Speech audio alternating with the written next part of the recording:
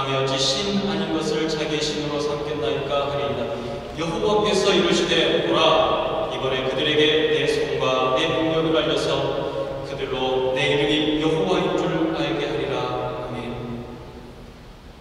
우리 주님께서 주의 백성들에게 여호와 되어 주시옵소서. 이 땅에 주님의 말씀을 들고 예수 그리스도의 피부를 복음 안에 있는 주의 청년들, 주의 백성들, 주의 성도들 한 사람 한 사람 아버지 하나님의 말씀 위에 힘되게 하여 주시옵시며 용기 없게 하여 주시옵시고 능력 없도록 허락하여 주시옵소서. 이 시간에 허락하시는 말씀 위에 함께 하신 줄 믿사옵고 우리 구주 예수님의 이름으로 기도드리옵나이다.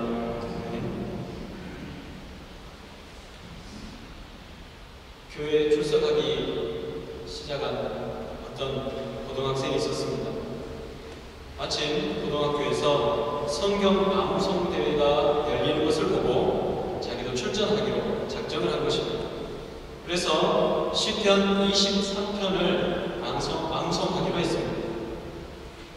여호와는 나의 목자시니 내게 부족함이 없으리로다. 그리고선 잊어버렸습니다. 다시 외우겠습니다. 여호와는 나의 목자시니 내게 부족함이 없으리로다. 그리고 또 잊어버렸습니다. 아무리 생각해도 생각이 나지 않습니다. 다시 외우겠습니다. 여호와는 나의 목자시니 내게 부족함이 없으리로다. 몇 번씩 반복하다가 갑자기 이 고등학생이 그 의미가 깨달아졌습니다. 그리고 그를 큰 소리로 외쳤습니다. 다시 한 번 더 외우겠습니다. 여호와는 나의 목자십니다. 그러므로 부족함이 없습니다. 그러므로 인상 끝! 사람들이 시편 23편의 말씀을 즐겨 외웁니다.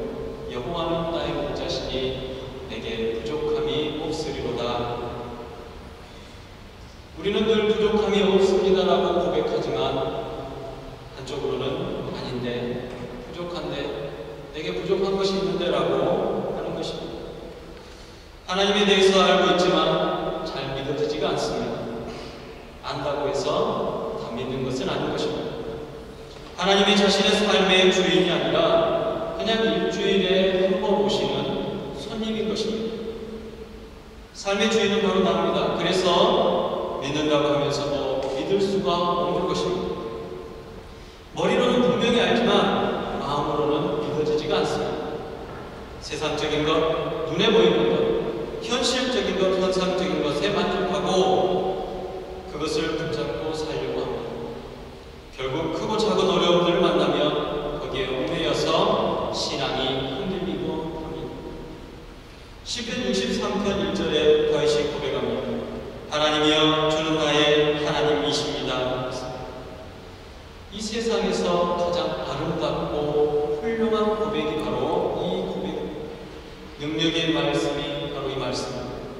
하나님은 나의 하나님이라는 고백이 바로 저와 여러분들의 고백이 되시기를 바랍니다. 이 말씀은 하나님은 나의 창조주라는 뜻입니다. 하나님은 나의 주인이시요 내 삶의 지배자이시라는 것입니다. 나를 주관하시는 분이시고 나를 책임지시는 분이시라는 고백입니다. 이 고백이 바로 다윗의 신앙의 고백이었고 그의 삶의 고백이었습니다. 하나님이 나의 하나님이시라는 고백, 그리고 그분을 사랑하며 의지한다는 것입니다. 사랑하는 성도 여러분, 하나님께서는 저와 여러분 모두가 올 한 해 동안에도 하나님의 그늘 안에서 그 생각과 그 행위와 그 삶이 온전해지시기를 원합니다. 그래서 오늘 여러분과 저에게 같은 말씀으로 부탁하십니다. 주님의 뜻을 먼저 구하고 찾고 따르는 한 해가 되시기를 주님의 이름으로 축복합니다. 오늘 본문의 말씀을 보면 사람을 의지하지 말고 하나님을 의지하라고 말씀합니다. 모든 생명 있는 것들은 생명을 얻는 순간부터 생명을 유지하기 위해서 무엇인가를 의지하게 됩니다. 그 의지하는 것이 그의 어미 있는지 자신을 보호하는 어떤 갑옷이나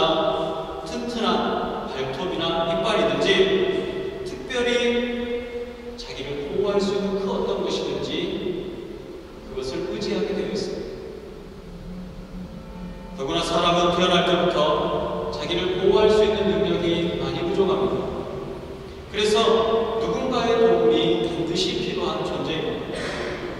그리고 그 사람은 누군가에게 도움을 받았느냐, 누군가를 의지했느냐에 따라서 그의 인생의 길들이 정해지고 그의 삶이 결정되어지는 때가 많습니다. 오늘 성경은 사람을 의지하면 저주를 받는다고까지 말합니다.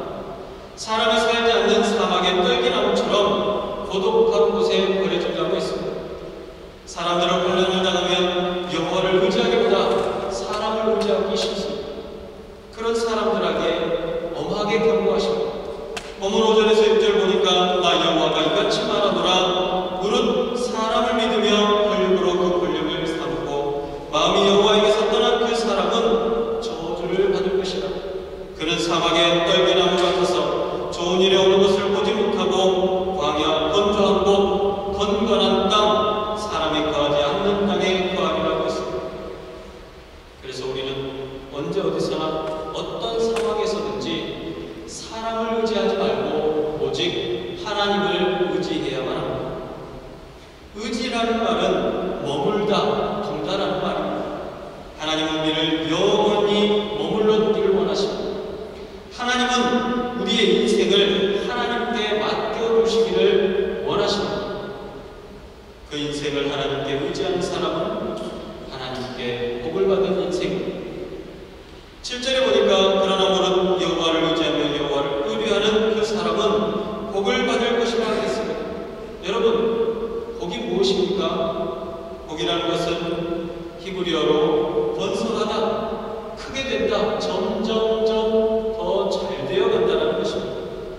헬라어의 뜻으로 보면 좋은 선물이고 베풀어 주신 은총입니다. 그리고 좋고 아름다운 것을 표현할 때 복이라고 합니다. 누구든지 복받으라는 말을 싫어하는 사람이 없습니다. 어떤 사람도 복받으십시오라고 하면 싫어하지 않습니다. 여호와를 의지하는 사람은 받은 복이 크다라고 표현하고 있습니다. 세상에 그 누구도 줄 수 없는 예수 그리스도의 구원의 복을 먼저 받았기 때문에 그렇습니다. 여러분, 우리는 천국 가는 복을 받았습니다. 이 복과 함께 더하는 은혜의 복들이 우리에게 있는데 번성하는 은혜가 있습니다. 성장하는 은혜도 있고 형통케 되는 은혜도 있습니다. 아름다운 기름진 것이 가득한 은혜를 우리에게 허락하신다는 것입니다. 이것이 바로 하나님께로부터 오는 신령한 복입니다. 이 모든 것이 모두 다 선물로 우리에게 주어진다는 것입니다. 그래서 디모데전서 1장 11절에 보니까 하나님을 가리켜서 복되신 하나님이라고 말씀하고 있습니다.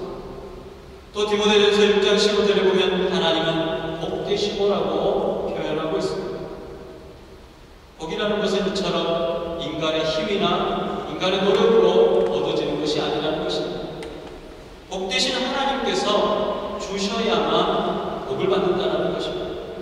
하나님을 복되신 하나님으로 믿고 의지하는 여러분들에게 복되신 하나님께서 복을 더하실 때에 복에 복을 더해 주시기를 소망합니다.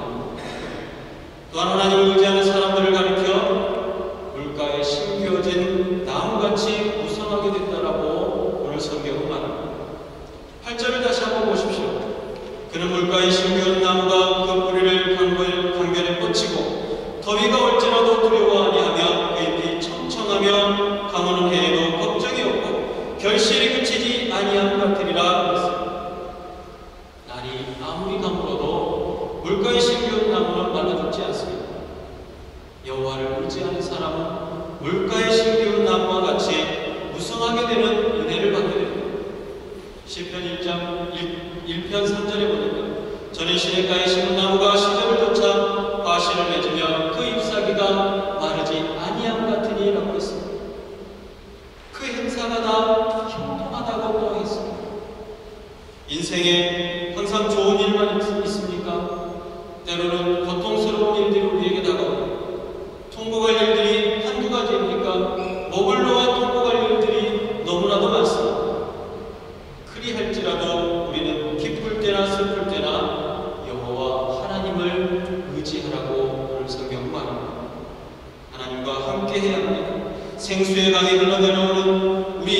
인생의 뿌리가 어디에 있는가를 보아야 한다는 것입니다.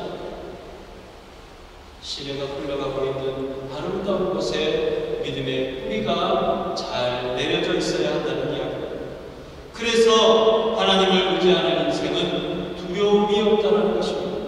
걱정과 악조건이 제거되어질 것이라고 성경은 동일하게 8절에 보니까 그런 물가에 신기한 나무가 그 뿌리를 강변에 뻗치고 있으면 더위가 올지라도 두려워 아니한다라고 성경은 말합니다. 이스라엘을 여행하다 보면 건기와 우기를 만납니다. 우기에는 물이 충분하기 때문에 곳곳에서 좋은 식물들이 잘 자랍니다. 그러나 건기가 되면 거의 6개월에서 8개월가량은 하늘에서 비가 내리지 않습니다. 그러면 시냇가에 신기한 나무만 무성하게 이파리를 낼 수 있지 메마른 땅 위에 있는 나무들은 전혀 이파리를 낼 수가 없게 됩니다. 얼마나 조건이 좋지 않습니까? 아주 악조건입니다. 여호와를 의지하는 사람이라 해도 두려움이나 걱정이 없을 수가 없습니다. 두려움과 걱정이 있지만 여호와를 의지하는 사람들에게는 하나님께서 그 모든 두려움과 걱정과 악조건들을 제거해 주신다고 오늘 성경은 말합니다. 많은 사람들이 아직 자신에게 오지도 않는 불행한 일들을 생각하고 부정적인 생각에 갇혀서 걱정으로 인생을 허비하는 것들을 많이 봅니다. 걱정이 많아서 그 걱정 때문에 죽을 것처럼 아픈 사람도 있습니다. 실제로 우리에게 다가오는 일들 중에 우리가 생각하는 걱정의 97%는 실제로 우리에게 오지 않는다는 겁니다. 그리고 3%마저도 우리에게 왔을 때 그것들을 충분히 이겨낼 수 있는 힘들이 각자에게 존재한다고 합니다. 더더군다나 저와 여러분처럼 하나님을 의지하는 자들에게는 그 뿌리가 물가에 심어진 나무처럼 튼튼하며 영양분이나 이 아름다운 물을 잘 빨아낼 수 있는 조건이 되어진다면 무엇이 두렵고 무엇이 악조건일 수 있겠습니까? 창조자이신 하나님을 의지하는데 무엇이 우리를 이 땅에서 올가매겠습니까? 시편 50편 15절에 보니까 환난 날에 나를 부르라 내가 너를 건지리니 내가 나를 영화롭게 하리로다 했습니다. 구원하시는 하나님의 은혜가 여러분들을 세상 가운데서 영화롭게 만들어 주신 것입니다. 여호와를 의지하고 사는 사람은 어떤 고난과 역경 속에서도 신앙이 흔들리지 않습니다. 결국에는 하나님을 의지하는 자들은 수치를 당하지 않고 구원에 이르게 됩니다. 본문 13절 14절을 보면 이렇게 말합니다. 이스라엘의 소망이신 여호와여 무릇 줄 버리는 자는 다 수치를 당할 것이라 무릇 여호와를 떠나는 자는 흙에 기록이 되오리니 이는 생수의 근원이신 여호와를 버림이니이다. 여호와여 주는 나의 찬송이시오니 나를 고치소서 그리하시면 내가 낫겠나이다. 나를 구원하소서 그리하면 내가 구원을 얻으리이다 라고 했습니다. 여호와를 의지하는 사람은 수치를 당치 않고 늘 의의 길을 걷게 하십니다. 여러분 오뚜기를 한번 생각해 보십시오. 오뚜기를 완전히 넘어뜨릴 수 있는 사람이 있습니까? 그 오뚜기의 중심이 분명하기 때문에 넘어지더라도 다시 한번 일어설 수 있는 것입니다. 10번을 넘어뜨려 보십시오. 10번 다 다시 일어서게 되어 있습니다. 여호와를 의지하는 자는 넘어져도 다시 일어나게 됩니다. 여호와를 의지하는 자에게는 반드시 구원의 축복을 베풀어 주시겠다라고 말씀하셨습니다. 우리에게 구원의 은혜가 있습니다. 사랑하는 성도 여러분, 여호와를 의지하는 자는 복을 받게 되고 물가에 심기운 나무와 같고 또 두려움과 걱정과 악조건을 제하여 주신다고 했습니다. 수치를 당치 않게 하시며 구원의 길로 의로운 길로 인도하신다고 하셨습니다. 우리가 여호와를 의지해야만 하는 이유가 충분하지 않습니까? 여러분 우리의 인생이 무엇을 선택하느냐에 따라서 결과가 달라집니다. 성공과 실패가 되어지는 것입니다. 본문 7절 말씀에 그러나 무릇 여호와를 의지하며 여호와를 의뢰하는 그 사람은 복을 받을 것이라고 했습니다.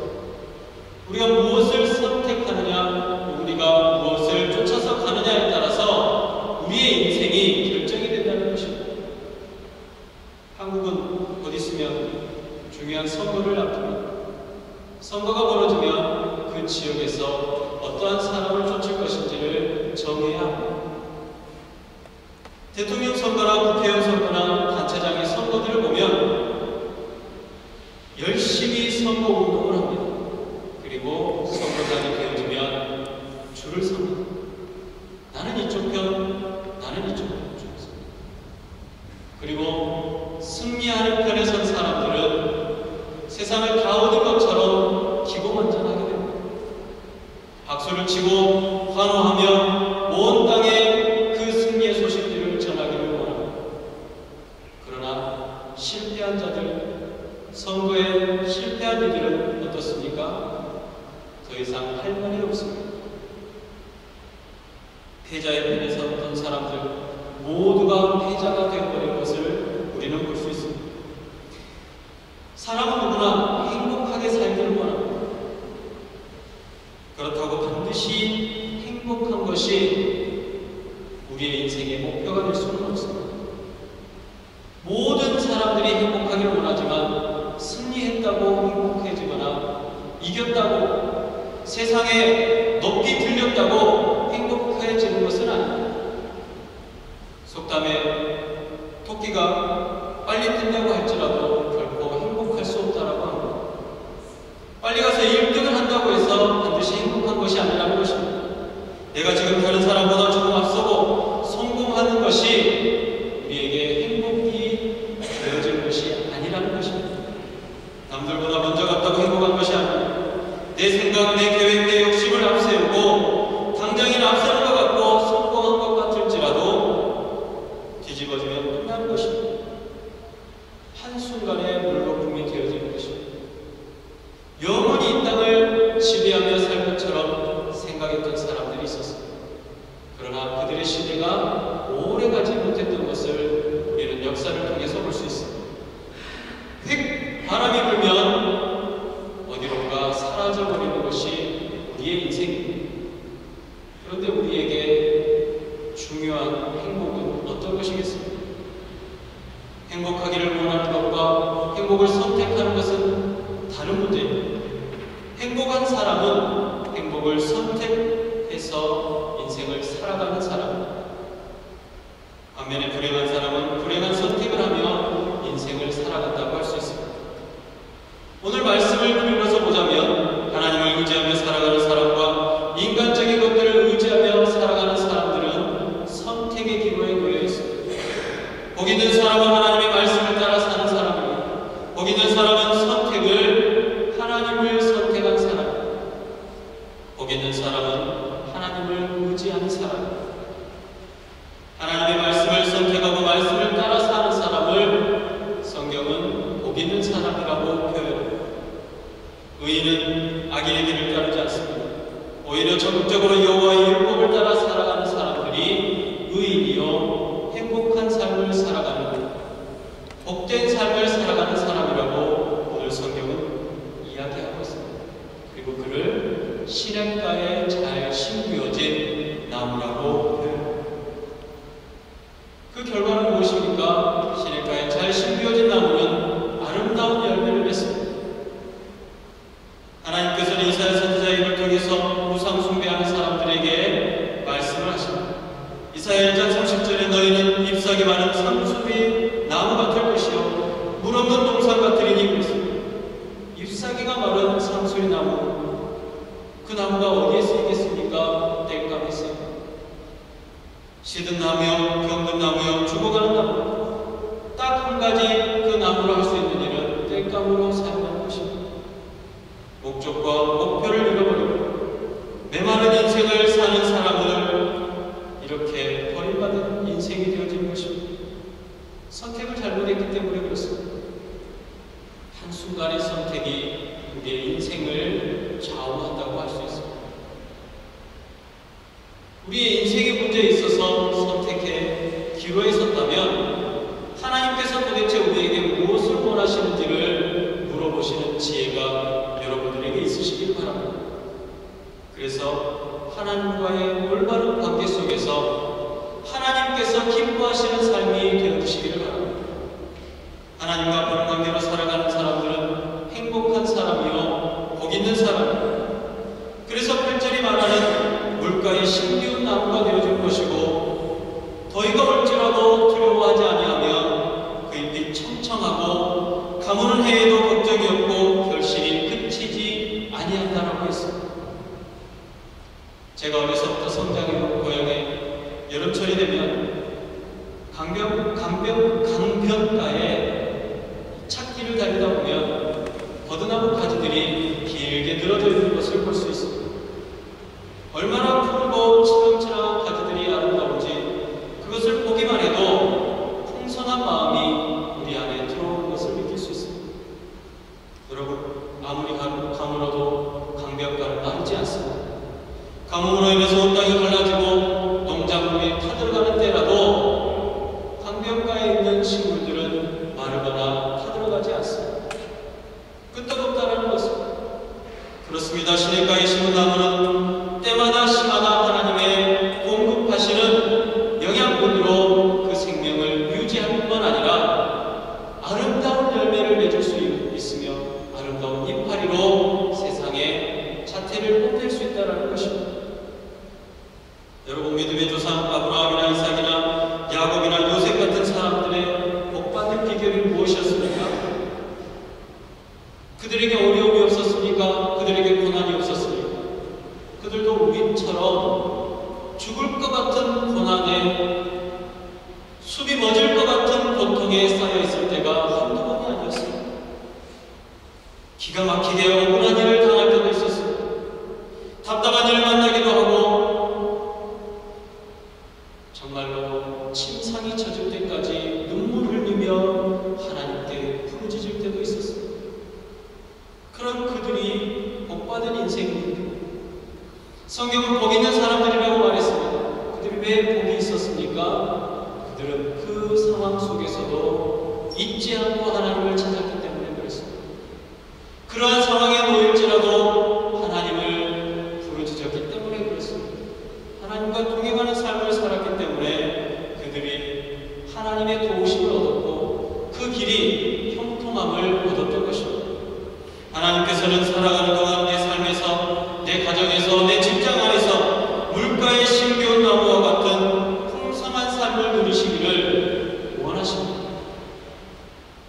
여러분, 이것은 성경 속에서만 나오는 이야기가 아닙니다. 저와 여러분들의 간증이 되어야 합니다. 체험이 되시기를 원합니다. 여러분의 삶 가운데 역사하시는 하나님의 능력이 계속해서 일어나시기를 바랍니다. 아브라함의 하나님이요, 이삭의 하나님, 야곱의 하나님이요, 요셉의 하나님이요, 다윗의 하나님이 오늘도 살아계시고 역사하셔서 나의 하나님이 되시는 줄로 믿으시기 바랍니다. 구약 성경에 왜 아브라함의 하나님, 이삭의 하나님, 요셉의 하나님이라고 말하는지 아십니까? 그 이유는 하나님은 살아계신 자의 하나님이시기 때문에 그렇습니다. 이미 죽어버린 역사 전판의 하나님이 아니라 지금 이 땅에 이 순간 저와 여러분들이 함께하는 이곳에서도 역사하시는 하나님이시기 때문에 산자의 하나님을 불러가며 그 하나님을 찾는 것입니다.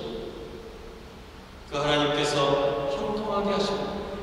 하나님께서 함께 하시는데 안 될 것이 무엇입니까? 할 수 없는 것이 어떤 것이 있겠습니까? 여러분, 믿으시기 바랍니다. 문제는 내가 믿음이 없기 때문에 그렇습니다.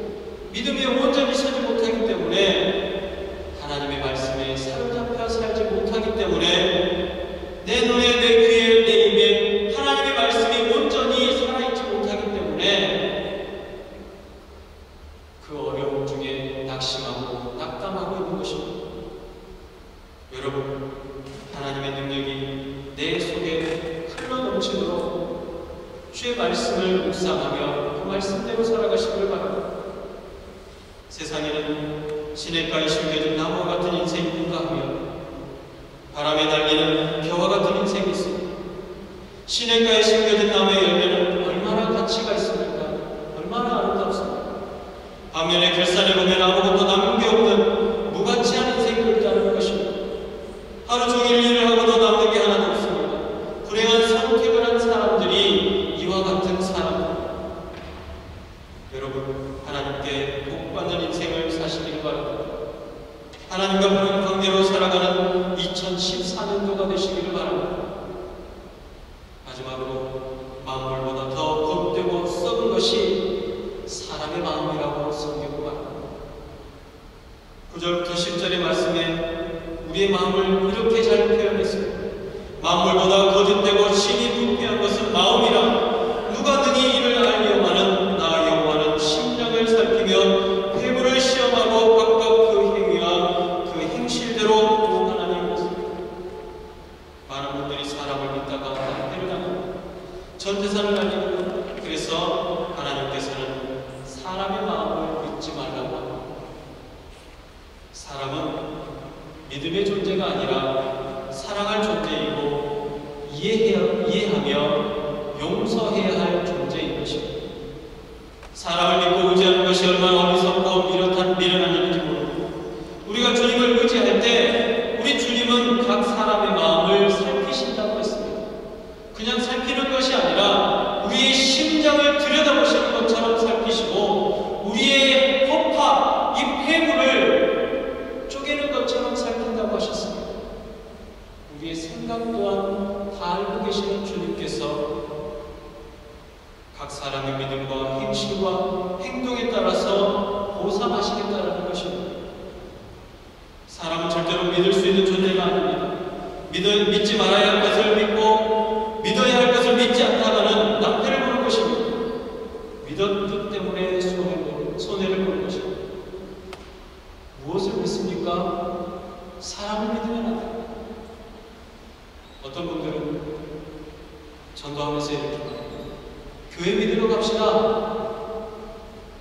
여러분, 교회 믿는 것은 아닙니다. 우리의 신앙은 하나님이요 창조자이시지 교회가 아닙니다.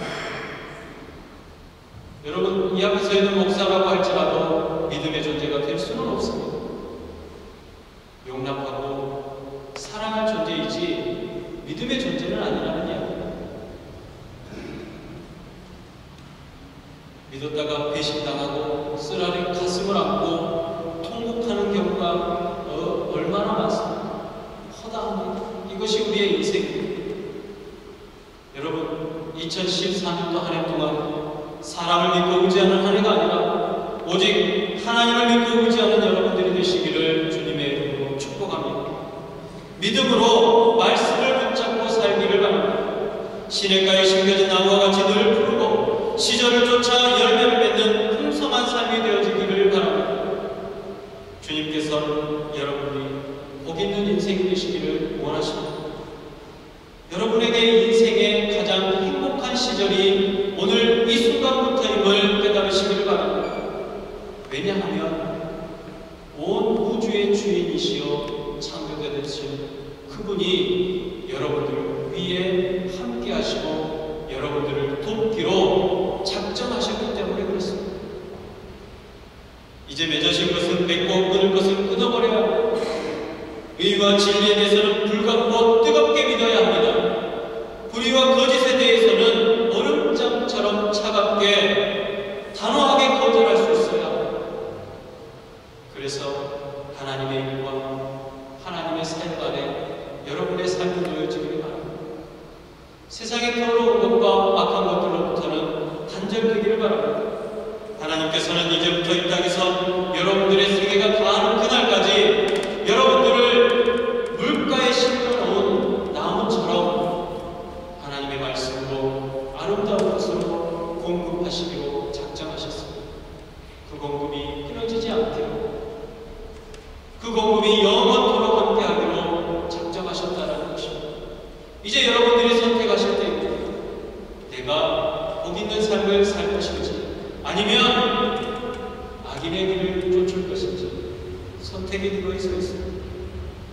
말씀을 사랑하고 말씀을 따라 살기를 간청합니다. 하나님을 의지하며 그 속에서 하나님의 신령한 비밀과 삶의 목표를 발견하시길 바랍니다. 그래서 여러분들을 향한 하나님의 놀라운 계획들이 이 땅에 펼쳐지고 이 땅에 펼쳐진 하나님의 계획들로 인하여서 여러분들이 세상 가운데 존귀하게 높임을 받기를 바랍니다.